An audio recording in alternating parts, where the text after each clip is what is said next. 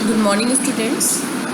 आज का हमारा टॉपिक होगा इंटीग्रेटेड रिसोर्स प्लानिंग, है ना। इंटीग्रेटेड रिसोर्स प्लानिंग के अंदर क्या आता है, जो हमारे पावर सिस्टम की ओवरऑल प्लानिंग, यानी कि हमारे सप्लाई साइड और डिमांड साइड दोनों साइड की प्लानिंग के बारे में बात करते हैं। ठीक है, चलो आगे देखते हैं।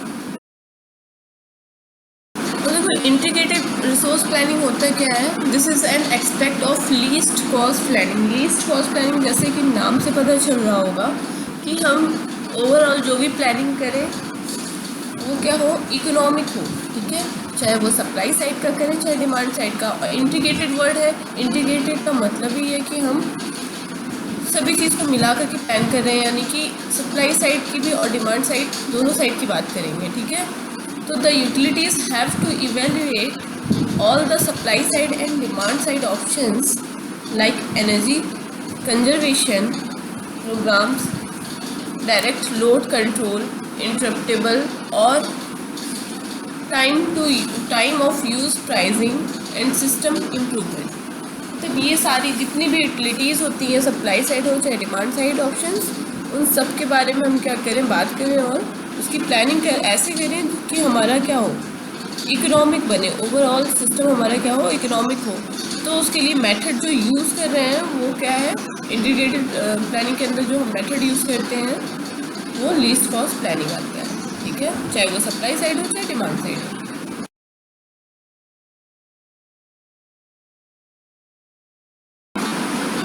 तो अब सप्लाई साइड ऑप्शन की बात करते हैं। इसमें पहला ऑप्शन क्या आता है हमारा कि technology related to conventional fossil fuels is predominant at present.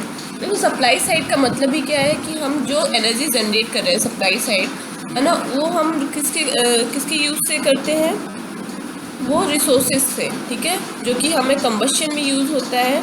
जैसे मान लो कि जैसे कि होता है हमारा थर्मल पावर प्लांट। थर्मल के लिए क्या, हमें स्टीम चाहिए, तो स्टीम जनरेट करने के लिए हमें पानी को बॉयल करना होगा। पानी को बॉयल करने के लिए हमें क्या चाहिए, फ्यूल चाहिए, है ना। उसका कंबशन फ्यूल का कंबशन चाहिए। तो उसके लिए सबसे ज़्यादा कन्वेंशनल मेथड जो है, या प्रीडोमिनेंट कह सकते हैं, अभी भी हम लोग यूज़ करते हैं, वो कौन सा है, फॉसिल फ्यूल्स के यूज़ से हम एनर्जी क्या करते हैं, सप्लाई साइड जनरेट करते हैं। ठीक है, और भी अदर यूटिलिटीज़ आजकल यूज़ की जाती है, जैसे कि कह लो कि many utilities have turn to combustion turbines fuelled with natural gas with new capacity which are highly efficient, है ना। जो कि क्या है, जो नए रिसोर्सेज और यूज़ किए जा रहे हैं जैसे कि नेचुरल गैस वगैरह, वो क्या है, मोर हाईली इफ़िशियंट है। ठीक है, जो कि हमें चाहिए। हैव लो एमिशन, है ना, उनका एमिशन भी कम है। And as well adapted for intermittent use. ठीक है, जो कि हमारा बहुत ही यूज़फुल है। ठीक है, तो इसी तरह से हम और भी सप्लाई साइड ऑप्शंस चूज़ करते हैं, या फिर और कह सकते हैं कि हम रिसोर्सेज यूज़ करें फॉर द कंबशन, वो हमारा क्या आएगा, सप्लाई साइड ऑप्शन के अंदर आएगा।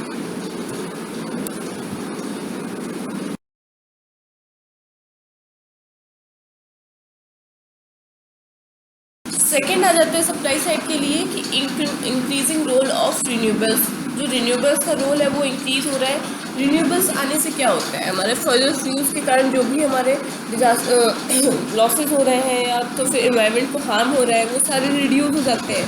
ठीक है, और कॉस्ट भी हमारी क्या होती है, रिड्यूस होती है साथ ही साथ। और हम लोग रिन्यूएबल जो कि हमारा क्या है, एक हाईली इफिशियंट रिसोर्स है फॉर द सप्लाई साइड, वो हम यूज़ कर पाते हैं। तो रिन्यूएबल्स के लिए क्या है, जैसे कि है विंड पावर जनरेशन, है ना। Wind power generation cost have fallen dramatically. Wind power generation की कॉस्ट क्या होती है, बहुत ही कम होती है, by a factor of 10, and photovoltaic by a factor of 4, है ना। 10 गुना क्या है, कम है कॉस्ट विंड पावर जनरेशन की in compare to fossil fuels का यूज़ करते हुए जो हम लोग क्या कर रहे हैं, कंबशन कर रहे हैं। And photovoltaic by factor of 4, photovoltaic में 4 गुना कम है over the cost of 2 decades. ठीक है, थर्ड आ जाता है हमारा point, increasing the availability of generating station.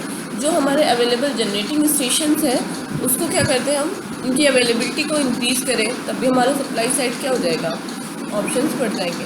Fourth आता है efficient option of the regional and national grid. समझ में आ रहा होगा कि हमारे इफ़िशिएंट ऑपरेशंस करें, है ना। कुल मिलाकर के हम क्या कर रहे हैं यहाँ पे कि हमारे सप्लाई साइड को मोर इफ़िशिएंट बना रहे हैं और कॉस्ट इफेक्टिव बना रहे हैं, ठीक है, इकोनॉमिक करने की कोशिश कर रहे हैं।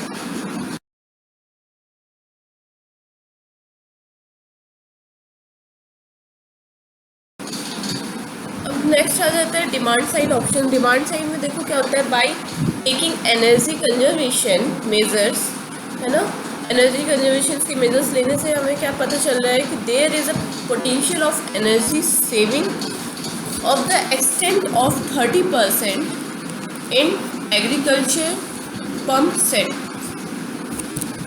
25% in industrial motors and 10.15% in commercial and domestic lights. Demand side की देखो हम जब बात करेंगे तो हम बात करने लगेंगे जो उसमें इक्विपमेंट्स यूज़ कर रहे हैं, यूटिलिटीज़ जो है वो क्या है, लोड की बात करेंगे।